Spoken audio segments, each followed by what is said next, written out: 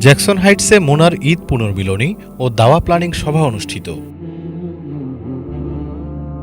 Muslim Ummah of North America MUNA New York North জোনের উদ্যোগে ঈদ পুনর্মিলনী ও দাওয়া প্ল্যানিং শীর্ষক এক সমাবেশ অনুষ্ঠিত হয়েছে।